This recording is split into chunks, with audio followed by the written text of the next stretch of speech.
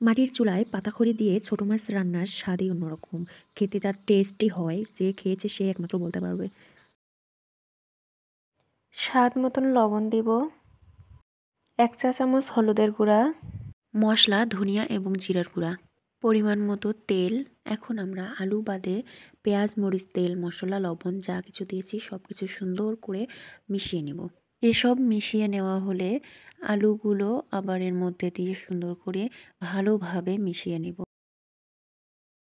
এখন আমরা কেটে নেওয়া মাছগুলো ধুয়ে মিশানো মশলা আলুর মধ্যে মাছটা ভালোভাবে মিশিয়ে নেব। তরকারি অনেকটা সুস্বাদু হওয়া ডিপেন্ড করে এই মিশালটা মাখানোর উপর।